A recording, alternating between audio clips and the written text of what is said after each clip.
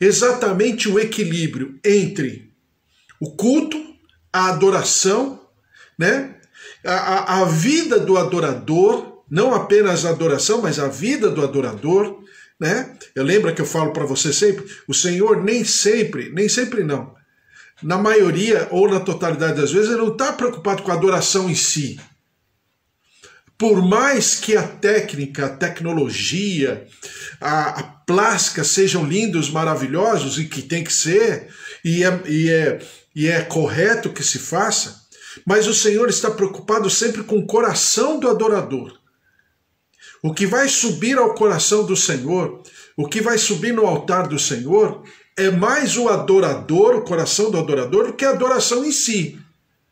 A adoração em si, imagina, Deus, numa condição perfeita, tem os seus anjos, arcanjos, querubins, serafins, exaltando o nome do Senhor, como fala lá em Isaías capítulo 6, né? Eles declaram e louvam e adoram ao Senhor, declarando que Ele é santo, santo, santo, o Senhor dos exércitos. Então, há realmente uma adoração.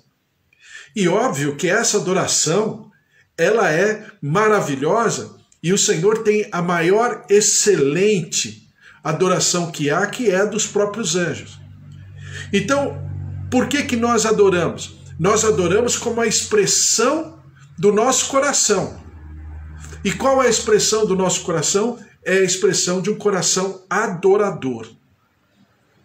A mesma coisa é em relação a todas as partes de um louvor, de um culto, de uma adoração, de uma entrega. Claro que precisa ser observada o sentimento de quem está entregando, cultuando, ofertando, dizimando. Não é o dízimo em si, não é a oferta em si, mas é exatamente o sentimento de quem está entregando. E aqui em Malaquias capítulo 3, o Senhor está falando que esse processo depurador, purificador do Senhor Jesus como um fogo, é como alguém que está purificando uma prata, um ouro, que está refinando.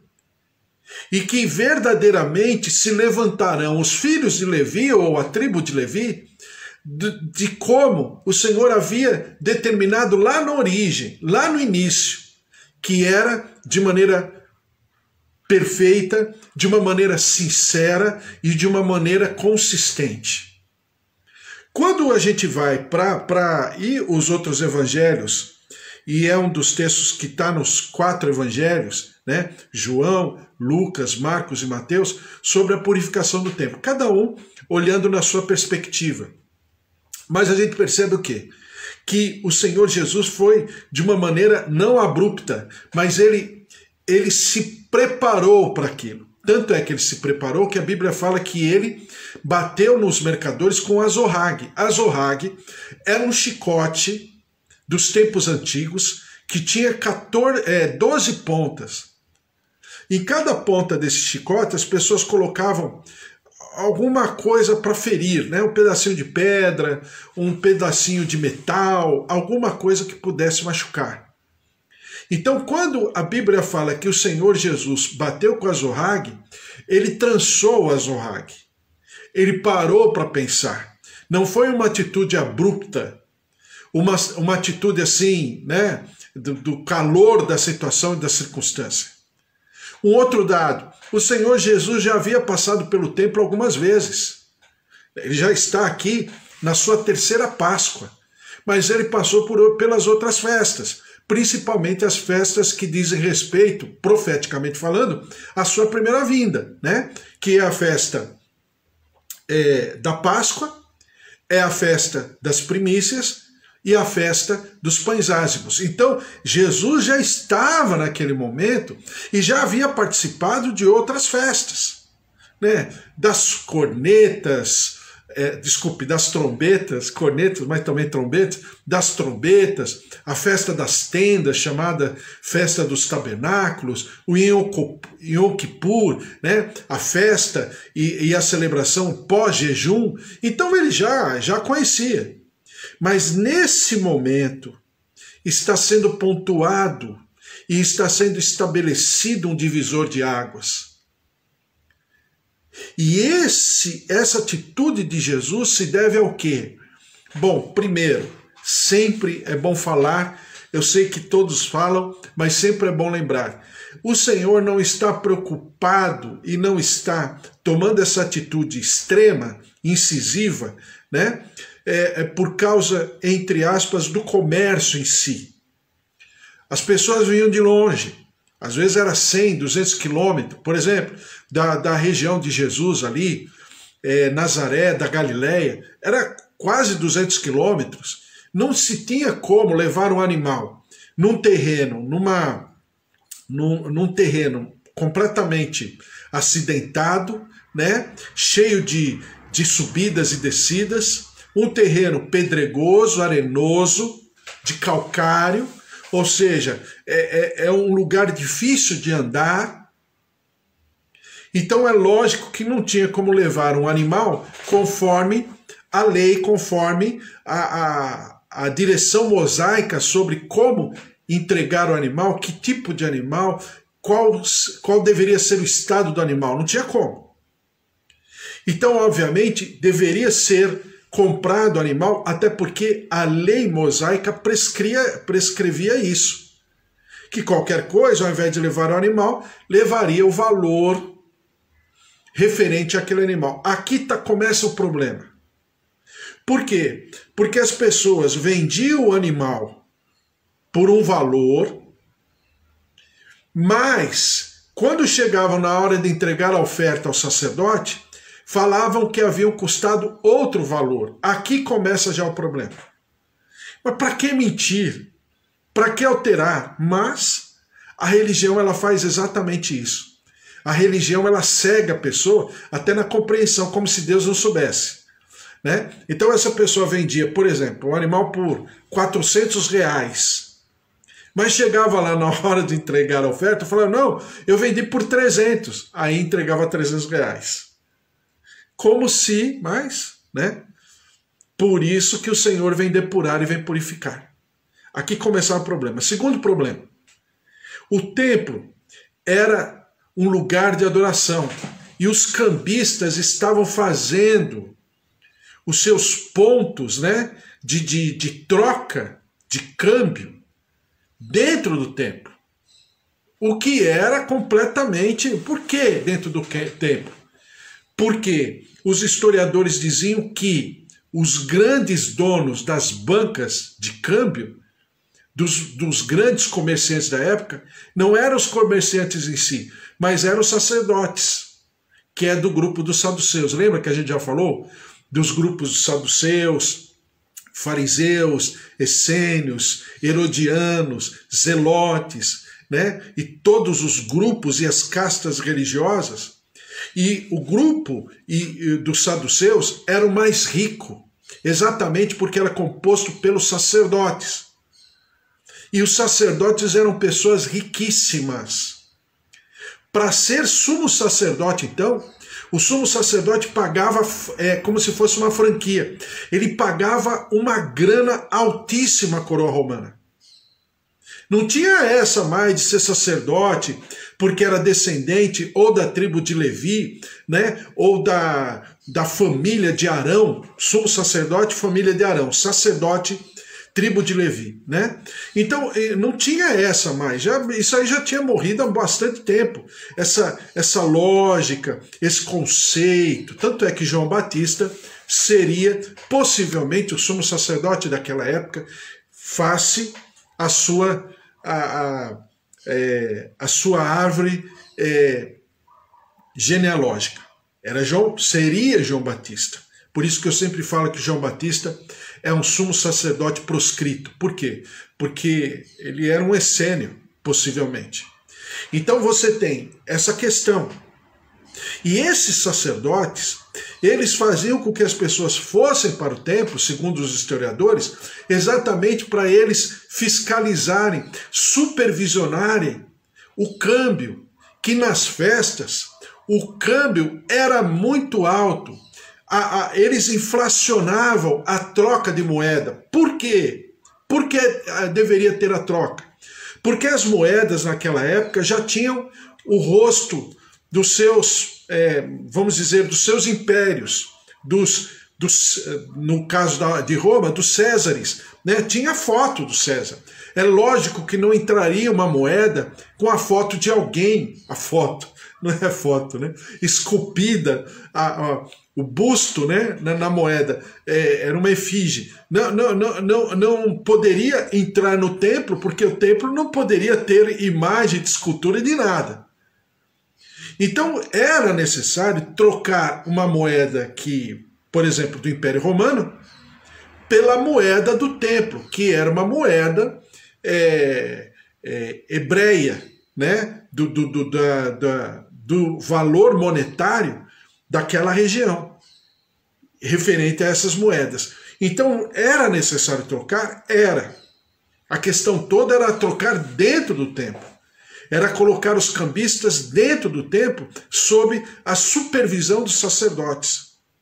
E quando chegavam essas festas, Páscoa, tendas, trombetas, primícias, a moeda, ela inflacionava muito, mas muito, chegando a ser o dobro do valor venal de uma moeda romana ou de uma moeda grega. Então era muito alto o câmbio, e o ganho dos sacerdotes era muito alto. Um sumo sacerdote, somente na festa da Páscoa, ele chegava a pôr no bolso dele 14, dizem, né, os estudiosos, 14 milhões de dólares de lucro. Só ele, só numa festa. Nos valores atuais, 14 milhões de dólares. Imagina isso, mais ou menos multiplicado por pelo menos 7 festas, o quanto o sacerdote não era rico, não era poderoso, não era alguém que comandava e mandava em tudo e em todos. As barraquinhas eram dos sacerdotes. As barraquinhas de troca de animais, de venda de animais. Sem contar aquilo que eu já falei. O sacerdote entrava com o animal, fingia que havia degolado o animal, né? A pessoa via pelo rego, pela valeta lateral, correr o sangue, né? Como um símbolo de que aquela oferta havia sido aceita e o seu pecado havia sido expiado, né? No lugar da pessoa havia morrido o animal. Só que esse sangue era um sangue já ajuntado de outros animais. Então, uma boa parte das vezes, o animal não era morto. O sacerdote vinha, entregava para o seu auxiliar, o auxiliar saía pelas portas de trás do templo, levava para uma outra pessoa, essa pessoa lavava o animal, preparava o animal e voltava para a barraquinha. E o animal não morria. Não havia o sacrifício de muitos dos animais. Só que esse animal era vendido várias vezes. Então é uma bagunça. Em termos de adoração, não existia nenhuma. Nem de quem estava levando o animal, falando que havia vendido por tanto, mas havia lucrado tanto, como daqueles que também comercializavam tal animal. Deus olhando tudo aquilo, é lógico que haveria uma ação depuradora, purificadora que aconteceu através de Jesus Cristo. O zelo pela casa do Senhor me consome, diz em outro evangelho, né, fazendo alusão a um texto do Velho Testamento. Então, havia sim o zelo, e o Senhor estava levantando isso. E o que nós entendemos nos dias de hoje é que realmente o comércio, por exemplo, a igreja que tem uma cantina lá, né?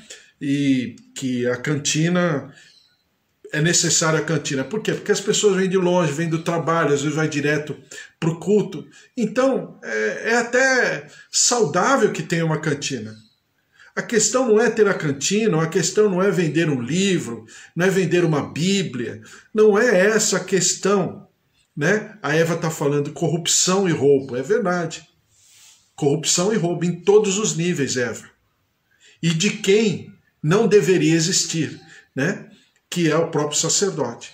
Então a questão não é ter, porque às vezes as pessoas confundem isso com a questão de estar prestando um serviço ao membro, ao frequentador, ao admirador que vai até a igreja. Não, não é isso. A questão não é essa. A questão é quando as pessoas criam um sistema mercadológico, né? que visam o lucro, que visam o bem-estar de alguns e não o bem-estar de todos. A questão é o sentimento no coração. A questão é a maneira com que se faz. O problema era que Jesus está ali expulsando, porque a Bíblia fala em outros textos e outros evangelhos, que haviam animais dentro do templo, haviam os bois, haviam as pombas, eram pelo menos, eu estou falando segundo a história, né? Eram pelo menos 13 mesas de cambistas que só faziam a troca da moeda pela moeda do templo. Então aquilo virou um comércio, não tem nada a ver mais com culto, com louvor, com adoração. E a palavra do Senhor diz aqui, e eu quero ler Isaías 56, 7, diz assim: também os levarei ao meu santo monte e os alegrarei na minha casa de oração. Os seus holocaustos e os seus sacrifícios serão aceitos no meu altar, porque a minha casa será chamada casa de oração para todos os povos. Então, o sacrifício, o louvor, o culto, a adoração em si eram necessários e hoje são necessários. Claro que hoje eu e você somos o templo do Espírito Santo, né? Nós somos a casa do Senhor, né? Jeremias capítulo 7, versículo 11 diz assim: será esta casa que se chama pelo meu nome um covil de salteadores aos vossos olhos? Eis que eu mesmo vi isto, diz o Senhor. Então o Senhor está o quê? Comparando uma coisa com outra. Aquilo que está escrito em Isaías 56, que é necessário, que é saudável, que o templo, a casa do Senhor, foi exatamente edificada para isso, para casa de misericórdia, casa de oração, onde as pessoas vão até aquele lugar para louvarem, engrandecerem, aprenderem, né, do Senhor, e ao mesmo tempo o que havia se tornado. Jeremias 7, versículo 11. Vi isto, né? Será esta casa que se chama pelo meu nome um covil de salteadores aos vossos olhos?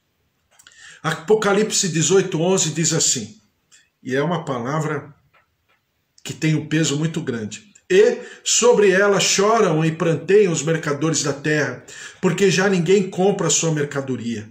Mercadoria de ouro, prata, pedras preciosas, de pérolas, linho fino, de púrpura, de seda, de escarlata e toda espécie de madeira odorífera, todo gênero de objeto de marfim, toda qualidade de móveis de madeira preciosíssima, de bronze, de ferro e de mármore, e canela de cheiro, especiarias, incenso, unguento, bálsamo, vinho, azeite, flor de farinha, trigo, gado, ovelhas, de cavalos, carros, de escravos e até almas humanas. Então aqui Apocalipse está fazendo, né, a diferenciação entre o culto verdadeiro e o culto, chama em Apocalipse como culto babilônico, que não é ao Senhor, que é as coisas. E é exatamente isso que a gente percebe que está acontecendo em algumas igrejas, né? Que é o culto às coisas e não ao Senhor. É aquilo que eu falo para você sempre sobre o jejum. E nós estamos em jejum, orando pelo Brasil, por essa situação toda. Então eu faço jejum ao Senhor, né? Pelo Senhor, para buscar o Senhor, ou eu faço jejum por mim? Não. O verdadeiro jejum é quando eu jejuo a mim próprio. O melhor jejum é quando eu jejuo de mim. Não para ficar pedindo benesses. Ah, mas o Senhor não tem, né? As bênçãos têm como resultado, mas não é o fim. É tão somente o resultado de uma relação, né? E isso que eu percebo no jejum por exemplo, que eu vejo que muitos fazem jejum por benefícios, vai, pela casa, pelo carro, por isso, por aquilo. Claro, quando nós jejuamos, nós expressamos o nosso sentimento, sim. Quando nós jejuamos, nós colocamos as nossas necessidades, com certeza. Isso é errado? Não. Não. Só que eu tenho que ter em mente que eu vou buscar ao Senhor, para que o Senhor derrame sobre mim aquilo que Ele deseja. Eu coloco o meu desejo, mas Ele também vai colocar o desejo dele. E o que prevalece, o meu ou o dele? Sempre será o dele. É o Getsemane. A minha vontade, Senhor, Pai, né? Que eu não passe por esse cálice, mas que seja feita a tua vontade. Então Jesus está o quê? Ali é a marca do verdadeiro jejum. Quando ele se derrama, exatamente assim em relação ao culto. Diz em 1 Timóteo 6,5, alterações sem fim, por homens cuja mente é pervertida e privados da verdade, supondo que a piedade é fonte de lucro.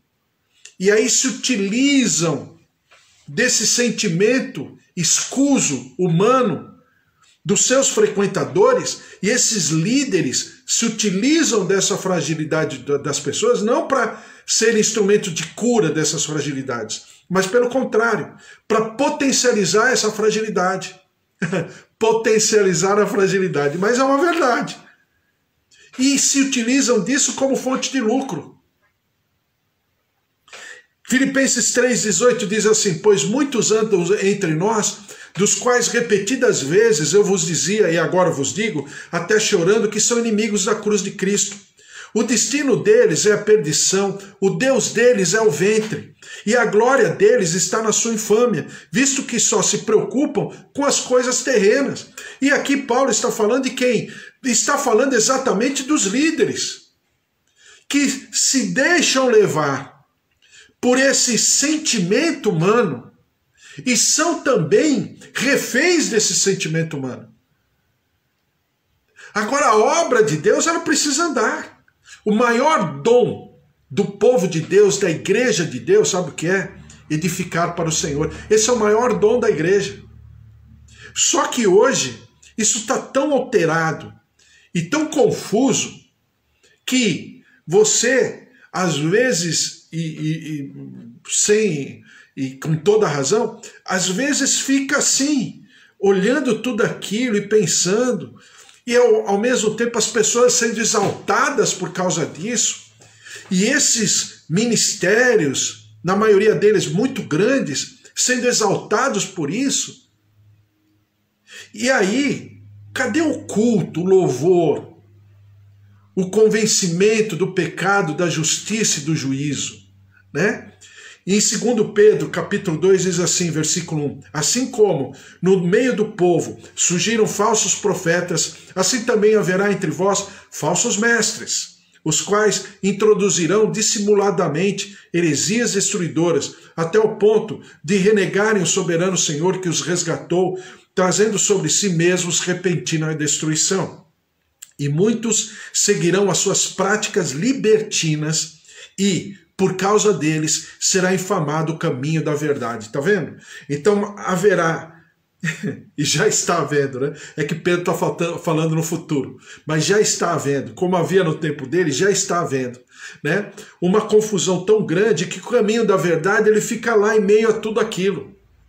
E ele fica como que enrustido, fica escondido em relação à vontade do Senhor, em relação ao próprio caminho da verdade. E diz aqui, também movidos por avareza farão comércio de vós, com palavras fictícias. Para eles o juízo lavrado a longo tempo não tarda, e a sua destruição não dorme. Então nós vivemos aquilo que eu chamo do espírito do erro. É transformar. E o que faz o espírito do erro? É o que Tessalonicenses faz. É transformar a verdade em mentira e a mentira em verdade. Mas é a tal ponto, de uma maneira tão consistente, que você que fica à distância, você fica impressionado que a mentira é verdade na cabeça dessas pessoas, na prática dessas pessoas, e a verdade é mentira. É exatamente o que está acontecendo no mundo. É o que acontece no Brasil. Por exemplo, no campo judicial, os magistrados falando, né? As pessoas conversando. Só que esse espírito do erro está lá fora, mas infelizmente também está invadindo aqui dentro. E é exatamente o que Jesus expõe a ferida quando ele pega os mercadores, os cambistas, os animais, as mesas de câmbio e faz uma devassa ali e derruba tudo. Ali,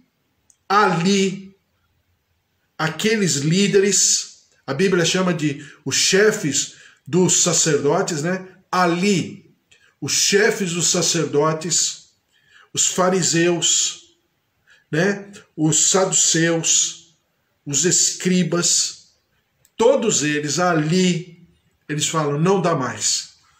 Jesus não pode permanecer vivo. E a Bíblia diz que por causa da inveja, eles mataram Jesus Cristo. Exatamente por causa disso. Jesus trazia uma doutrina que eles não poderiam assimilar, não obstante saberem que era verdade. Por quê? Se eles reconhecessem a doutrina de Jesus, eles estariam automaticamente depondo contra eles. E isso ia contra a teologia deles. E a teologia deles falou mais forte do que o próprio Senhor, do que o próprio Senhor Jesus, do que a sua própria doutrina, que é a verdadeira doutrina, lógico. Então a verdadeira doutrina ficou o quê? Ficou asfixiada pela intenção e pelo sentimento daqueles sacerdotes. E eles fizeram o quê? Levaram Jesus à morte. A questão toda para nós hoje é como igreja, nós criarmos um ambiente que, se possível for, permanecer íntegro diante do Senhor. É possível? É possível. Mas encontramos muitas dificuldades, com certeza.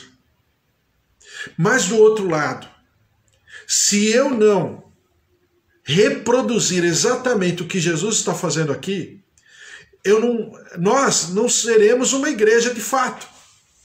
Não seremos o verdadeiro templo do Espírito Santo, como somos na nossa própria integridade humana, mental, emocional e espiritual. Então, eu e você temos um grande desafio. E quando eu falo, né, dessa nossa comunhão,